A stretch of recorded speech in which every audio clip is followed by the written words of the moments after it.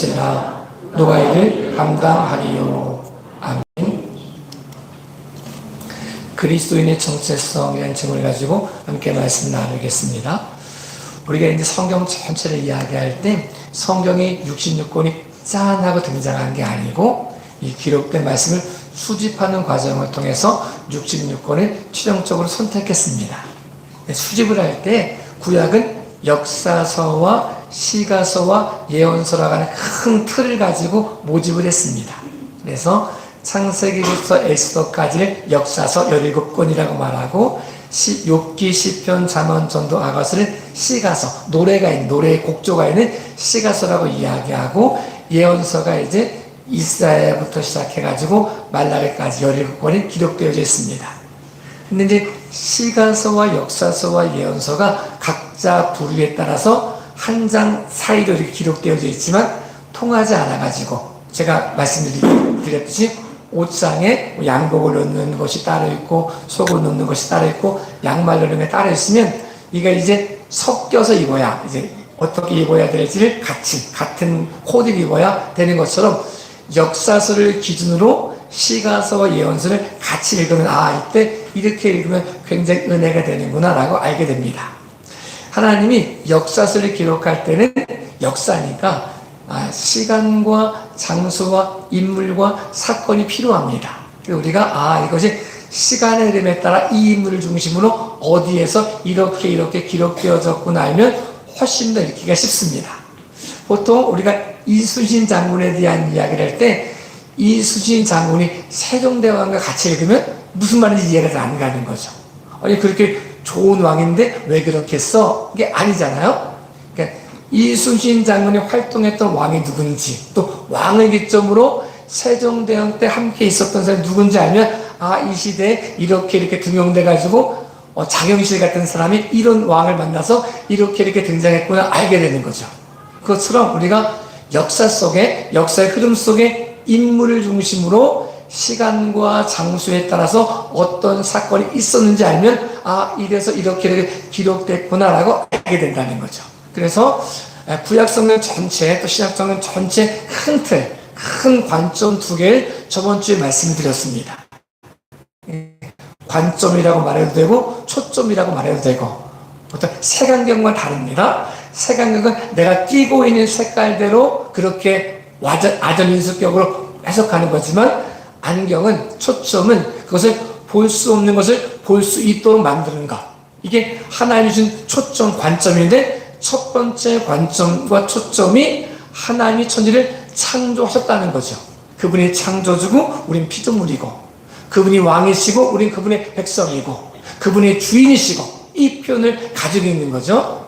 그래서 이 표현을 가지고 하나님이 첫 단추를 잘 꼬야지 그 다음 단추가 이어지는 것처럼 첫 단추를 잘못 끼면 지나갈수록 다 꼬이는 거죠. 그러니까 첫 단추가 하나님을 창조주로, 그분을 구원자로, 그분을 주인으로, 그분을 왕으로 인정하는 것이 사람의 첫 번째 본분입니다. 이 첫 번째 관점을 가지고 두 번째 관점은 어떻게 읽느냐? 그러면 그분이 우리를 창조했으면 우리를 창조한 목적이 뭐냐? 이걸 거룩이라고 말합니다. 내가 거룩하니 너희도 거룩해라. 이렇게 말씀하시는 거잖아요. 하나님이 우리의 삶 가운데 하나님의 뜻을 이루기 위해서 거룩한 삶을 살도록 우리를 만드셨습니다. 어떻게 거룩하게 만드셨느냐? 우리가 아무리 애쓰고 수고해도 우리가 거룩해질 수가 없거든요.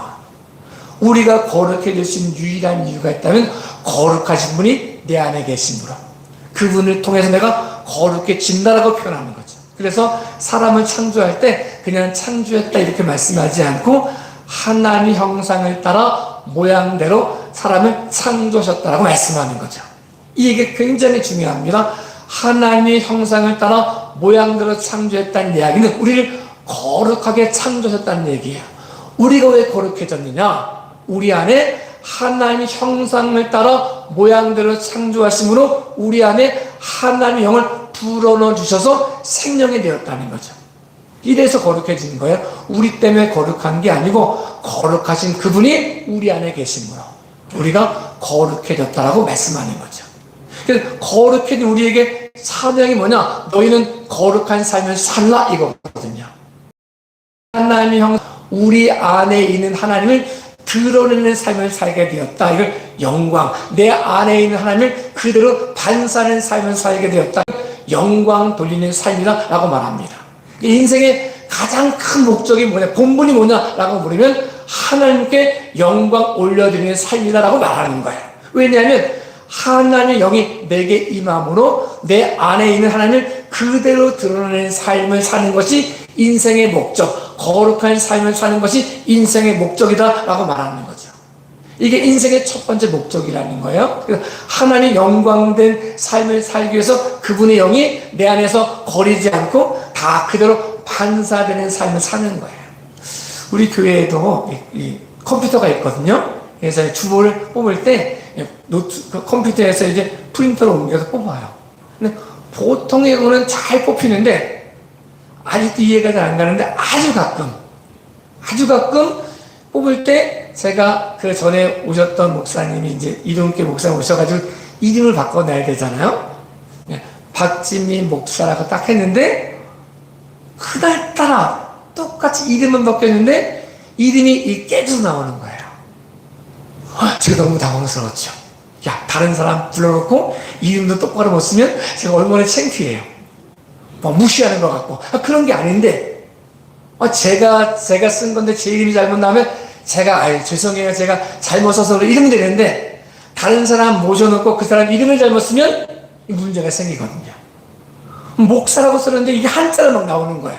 제가 한자로 만든 게 아닌데, 이러면 문제가 생기는 거잖아요. 쓴 그대로 드러내게 하기 위해서 제가 프린트도 하고 복사를 하는 거거든요. 하나님이 형상을 따라 모양대로 창조한 우리에게 코의 생기를 불어넣어 주심으로, 하나님의 영을 불어넣어 주심으로 우리 삶 가운데 하나님의 영 전체를 있는 그대로 반사하게 만드셨다라고 말씀하는 거거든요. 하나님의 영이 그대로 드러나는 거, 이걸 영광 돌린다라고 말하는 거예요. 인생의 목적이 뭐냐? 두 번째 관점이 뭐냐? 나를 창조하신 하나님의 뜻이 내게 있다. 그리고 놀라운 계획이 내 안에 있다. 그 안에 있는 계획이 뭐냐? 나를 통해서 하나님의 영을 드러내는 삶. 다른 피조물 가운데 사람에게만 하나님의 형상대로 모양을 따라 만드셨으므로 사람에게만 하나님의 영을 불어넣어 줬으므로 모든 피조물 가운데 하나님으로 보여주는 삶을 사는 것, 사람을 창조한 목적이라는 거죠. 이걸 거룩이라고 말해요. 거룩한 삶, 내 안에 계신 하나님을 드러내는 삶을 살아라. 거룩한 삶을 살아라. 거룩한 삶을 산다는 것은 섞이는 게 아니고 순수성을 유지하는 것, 변질되는 게 아니고 변화시키는 삶을 사는 것. 내 안에 그리스도 영광을 통해서 세상에 속해 있지만, 세상 가운데 살지만 세상에 속해 있는 우리가 변질되는 게 아니고 세상을 변화시킬 사명을 가지고 사는 것. 어떻게 변화시킬 거냐?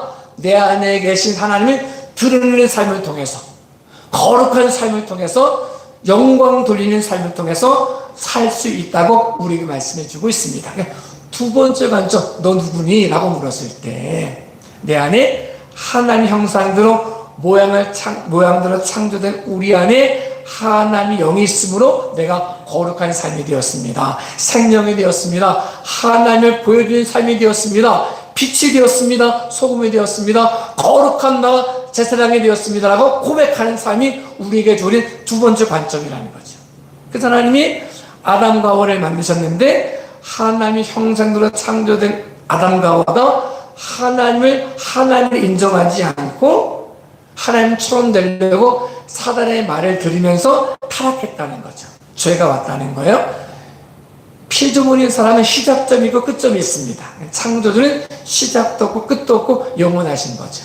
사람이 영원히 살 수 있었던 이유는 창조주 하나님을 영접함으로, 그분 안에 거함으로, 그분이 하나님을 인정함으로 그분의 능력을 통해 영원히 살 수 있었는데 하나님을 떠나버리니까 이제 피조물의 사건이 드러나는 거죠. 시작점이 있으면 끝점이 있고, 태어났으면 죽음이 오고, 이게 죄의 모습을 타락한 우리의 모습이라는 거죠. 이 타락한 우리를 구원하시기 위해서 하나님이 가죽옷을 입혀주시고 여인의 후손을 약속해 주시고 길이요 진리요 생명이신 예수님 보내주심을 통하여 하나님을 떠난 우리가 죽게 된 우리를 만날 주시고 구원하기 위해서 하나님 만날 수 유일한 길을 열어주셨다라고 말씀하는 거죠. 예수님을 내 안에 영접하는 사람에게 하나님의 자녀된 것을 주셨다. 이 주신 삶을 어떻게 사는 거냐? 구원받았으니까 됐지 이게 아니고, 창조, 피조물, 하나님 창조된 됐지 이게 아니고, 창조된 나에게 크고 놀라운 계획이 있다. 구원받은 나에게 크고 놀라운 계획이 있다. 이게 사명이라는 거죠. 이 사명이 뭐냐? 내 안에 계신 하나님을 드러내는 삶, 영광 돌리는 삶. 내 안에 그리스도 예수가 거룩하심으로 나의 삶을 통해 거룩한 삶을 살아감으로 세상을 변화시키는 삶. 거룩한 나라, 제사장 나라가 되어서 모든 사람을 구원의 길로 인도할 사명이 우리에게 주어졌다고 말하는 거죠. 이 사명을 감당하기 위해서 어떻게 하냐? 거룩해야 된다. 거룩한 삶이 뭐냐? 섞이지 않는 거다. 내 안에 그리스도 예수가 계시고 내 하나님이 계심을 통하여 세상과 섞이지 않으므로 세상을 변화시키는 모습이 되는 삶을 살게 하시는 것. 이게 두 번째 관점이라는 거죠. 그래서 이 관점을 가지고 창세기를 쭉 기록하시면서 역사에 대한 이야기를 하는데 네 사건이 등장한다는 거예요. 창조 사건과 타락 사건과 홍수 심판 사건과 바벨탑 사건이 등장을 하고 내 인물 아브라함과 이삭과 야곱과 요셉을 통해 흘러가는데, 이 사건 속에는 인물이 나타나고 장소가 나타나고 시간이 나타나니까 하나님이 이 인물을 통해서 이러이러한 말씀을 하고 계시는구나, 이 인물이 이 장소에서 이 시간대 가운데 이렇게 흘러가고 있었구나 라고 하는 말씀을 보는 거죠. 그럼 보세요. 창조하신 아담과 하와가, 하나님 창조하셨는데 아담과 하와가 범죄하면서 에덴으로 쫓겨났어요. 타락을 통해서 쫓겨났어요. 쫓겨난 사람을 구원하시기 위해서 하나님이 아담과 하와에게 가죽 옷을 입혀주시고 여인의 후손을 약속하셨어요. 여인의 후손이 오려면 아이를 낳아야 되거든요. 근데 아이를 낳는데 이제 가인과 아벨을 낳는데 가인이 아벨을 죽였어요. 그래서 아벨 대신 셋을 주셨어요. 셋이 아들을 낳는데 이름을 에노스라고 하면서 사람들이 그때 비로소 여호와 이름을 부르기 시작하였더라라고 표현해주고 있어요. 이게 창조 사건과 타락 사건과 홍수 심판 사건과 바벨탑 사건을 이야기하는 거예요. 하는데 그 인물 속에 이제 에노스가 탁 등장을 하면 사람들이 하나님의 이름을 부르기 시작했다는 거야. 이 에노스의 이름이 뭐냐? 에노스가 흙덩이라는 뜻이거든요. 죽는 존재.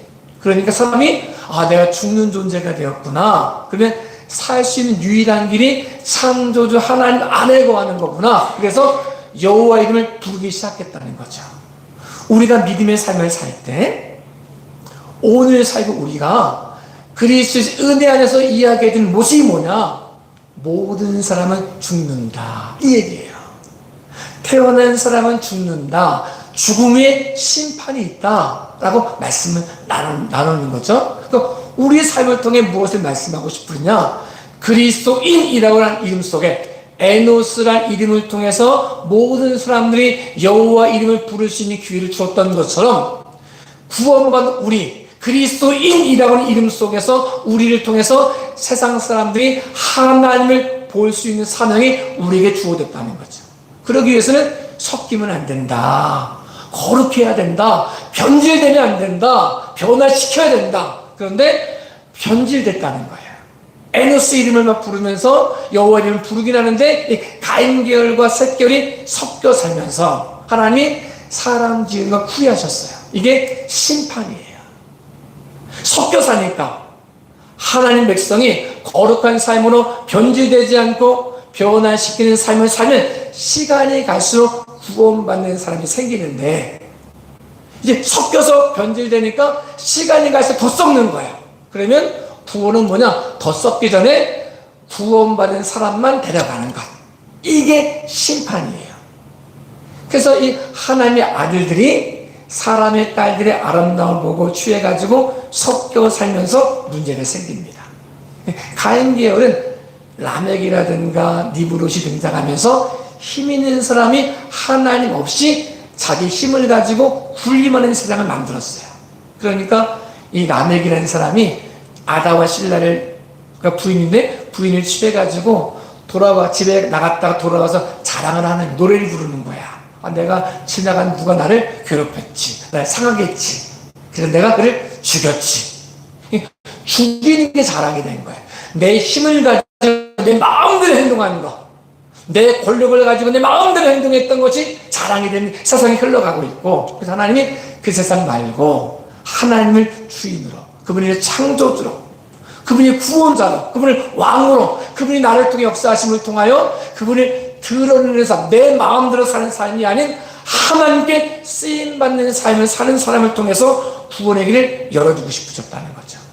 그래서 아브라함, 이삭, 야곱, 요셉을 통하여 새로운 나라를 만들어 가시는 과정이 나옵니다. 그런데 홍수 심판을 통해서 하나님이 심판하셨잖아요. 자기 마음대로 사는 사람은 그런 게 아니고, 세상 때문에 망한 게 아니고, 구원받은 사람들이 거룩한 삶을 살지 못하고, 순수성을 유지하지 못하고, 하나님을 드러내지 못하고, 제사장 나라가 되지 못하고, 말씀 가운데 순종하지 못하고, 빛과 소명을 감당하지 못했더니, 그래서 하나님이 사람 짐을 후회하시고 심판을 허락하셨다는 거예요. 그리스도인 우리에게 만약 오늘날 대한민국이 망한다면 세상 때문에 망하는 게 아닙니다. 믿지 않는 사람 때문에 망하는 게 아닙니다. 믿는 사람들이 믿음의 삶을 살아가지 못하면 망합니다. 섞이면 망합니다. 순수성을 잃어버리면 망합니다. 그리스도의 정체성을 깨닫지 못하고 섞여 살면, 순수성을 잃어버리고 살면, 거룩을 잃어버리고 살면, 내 안에 그리스도 예수를 드러내는 삶을 살지 못하면 나라가 망한다는 사실을 말씀해 주고 있습니다. 그래서 이제 망하는 역사가 쭉 흘러갈 때 하나님이 망하는데, 심판하시는데 참았다는 사실을 보여주고 싶은 거예요. 하나님이 너희를 사랑한다는 사실을 우리를 사랑한다는 사실을 보여주고 싶으신 거예요. 신약은 독생자 예수님을 보내심을 통하여, 그분을 죽이심을 통하여 우리를 얼마나 사랑하는지를 확증해 주셨잖아요. 홍수 심판 전에 하나님이, 그래도 내가 너희를 망하게 하고 싶지 않아, 심판하고 싶지 않아, 구원받는 사람이 늘어나겠으면 좋겠어, 기다리고 인내하고 있는 거야 라고 보여주는 삶을 살게 하신 인물이 있었어요. 그 이름이 무두셀라예요. 무두셀라가 제일 오래 살았거든요. 몇 살에 살았을까요? 969년을 살아요. 제일 오래 살았거든요. 우리가 이제 어린이 그 성경 퀴즈 할 때 누가 제일 오래 살았을까요? 저요, 무두셀라. 잘했어요. 몇 살에 살았을까요? 969세요. 잘했어요. 맞았어요. 이거로 끝나는 게 아니고, 무두셀라가 가장 오래 살게 하신 하나님의 의미가 뭔지를 깨닫는 것이 성숙한 사람의 모습이라는 거죠. 무두셀라 이름의 뜻이 창 던지는 자라는 뜻이에요. 창 던지는 자라는 뜻이 뭐냐면, 사람들이 알고 있는 거예요. 이 무두셀라가 죽으면 심판이 온다는 사실을 이름을 통해 아는 거예요. 마치 에노스란 이름을 통해서 여호와 이름을 부르기 시작했던 것처럼, 무두셀라 이름을 부르면서 이 사람이 죽으면 심판이 온다는 사실을 사람들이 아는 거예요. 어떻게 하는 이거예요? 불악과 불악이 전쟁을 할 때 전면전을 하지 않고 이제 사람들이 쭉 씁니다. 그리고 힘이 제일 센 사람이 창 던지는 사람이니까 이 사람이 맨 앞에 섭니다. 그래가지고 여기서 저기 서가지고 둘이 던집니다. 그래서 죽는 사람이 그 부족이 멸망을 합니다. 그래서 사람들은 아는 거죠. 무두셀라가 죽으면 심판이 오는구나. 그럼 무두셀라가 가장 오래 살았다는 얘기 뭐예요? 하나님이 기다리시고 인내하시고 사랑하시고 구원하고 싶으셔서 계속해서 기다렸다는 사실을 무두셀라를 통해 보여주시는 거예요. 이 사람이 죽을 때 노아 홍수의 심판이 왔거든요. 오늘 살고 우리가 그리스도의 은혜를 가지고 살아간다는 두 번째 관점이 뭐냐면, 성경 두 번째 관점이 뭐냐면, 내가 누군지 아는 거예요. 오늘 그 말씀은 내가 그리스도의 향기가 되어서 생명을 드러내는 모습을 사는 것. 향기는 내가 낼 수 있는 게 아니잖아요. 내 안에 계신 예수님의 향기가 나를 통해 다 다 드러날 수 있도록 하는 것. 내 안에 계신 하나님의 영이 나를 통해 방해되지 않고 있는 그대로 반사시키는 삶을 사는 것. 거룩한 삶을 사는 것이 우리의 모습이라는 거죠. 어떻게 거룩한 삶을 살 수 있느냐? 하나님의 창조주심을 내가 믿어야 된다는 거죠. 예수 그리스도가 내 안에 계셔야 예수를 통해서 거룩한 삶을 살 수 있다는 것을 고백하는 거죠. 그래서 예수님이 내 인생의 주인으로, 구원받은 삶으로 끝나는 게 아니고 이제 내가 구원받은 사람으로 살아갈 사명이 주어졌다. 모든 세계가 하나님께 속해 있으므로 너희가 내 말을 잘 듣고 너희는 거룩한 나라, 거룩한 백성, 거룩한 제사장 나라가 되어서 모든 사람에게 하나님이 창조주심을, 예수 그리스도가 구원자이심을 우리를 포기하지 않고 지금도 구원하게 원하신다는 사실을 너희가 보여주는 삶을 살아라 라고 말씀하는 거죠. 그래서 신약에 너희가 세상의 빛이다, 너희는 세상의 소금이다 라고 말씀하는 거죠. 우리 안에 거룩한 삶을 사는 것이 우리에게 주어진 사명임을 말씀해 주고 있습니다. 구원받은 것, 이제 하나님의 은혜로 구원을 받았습니다. 구원받은 우리가 거룩한 삶을 사는 것, 우리의 사명이 되었습니다. 하나님 형상대로 모양을 따라 창조되었습니다. 우리는 그 형상대로 창조된 피조물입니다. 그럼 이제 피조물의 사명이 뭐냐? 내 안에 있는 하나님의 영을 보여주는 삶. 너 왜 사니? 라고 말하면 입 바른 소리가 진짜 내가 하나님의 영광을 삽니다. 내가 창조된 목적이 하나님의 영을 내게 불어넣으심으로 나를 하나님을 보여주는 삶을 살게 하신 것, 이게 내가 살아간 인생의 첫 번째 목적입니다라고 고백하는 거죠. 너 왜 예배 드리니? 제가 오늘 여기 아파가지고 예배 드리고 병 고치려고요. 틀린 말은 아닌데. 제가요 응답 받으려고. 틀린 말은 아닌데. 예배하는 목적이 뭐냐고 물으면 하나님의 영광을 위해서요. 내 안에 계신 하나님의 영광을 위해서, 내 안에 계신 영이 드러나는 삶을 통해서 내가 빛과 소금의 사명을 감당하려고 살아가는 것이고 예배드리는 것이고, 내 인생의 목적이 뭐라고 물으면 내 안에 계신 예수님이 나를 통해 드러내는 삶을, 그리스도의 생명의 향기의 삶을 사는 것이 내 인생의 목적입니다 라고 말하는 거죠.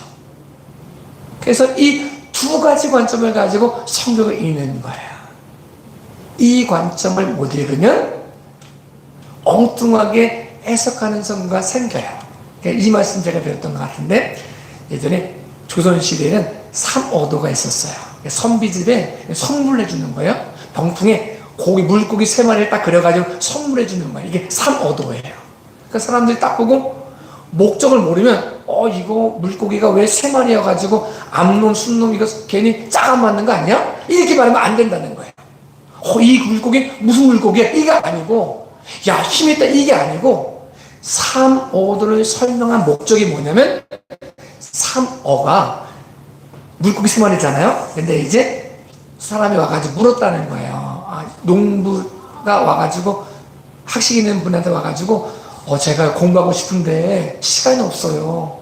공부 못 이렇게 얘기했더니 농사 짓는 사람에게, 아니 너가 바쁘지만 3가지 나눔이 있다. 삼여 3가지 나눔이 있다. 그래서 보통 이야기할 때 비가 오면 농사 못 지니까 비 오는 흐린 날 있고, 밤에 다른 시간 그 시간이 남아 있고, 겨울에 농사 안 지니까 3가지 나눔이 있다. 이래가지고 삼어 물고기 3마리를 그리면서 비슷하잖아요. 삼여 3가지 나눔이 있구나. 공부할 때 핑계 대지 말아야지. 이래가지고 삼어도를 그려주는 거거든요. 이 목적을 알아야 삼어도를 보면서 내가 이렇게 공부해야지 안 지는 거거든요. 그러니까 성경을 읽을 때 하나님이 우리를 향한 목적을 읽어내지 않으면 엉뚱한 얘기에 은혜 받아요. 은혜 받는 게 나쁘다는 게 아니라 엉뚱한 얘기에 은혜 받아가지고 인수격으로 해석을 해요. 나는 은혜 받았다 생각한 하나님이 그 아니라고 말씀하신 문제잖아요.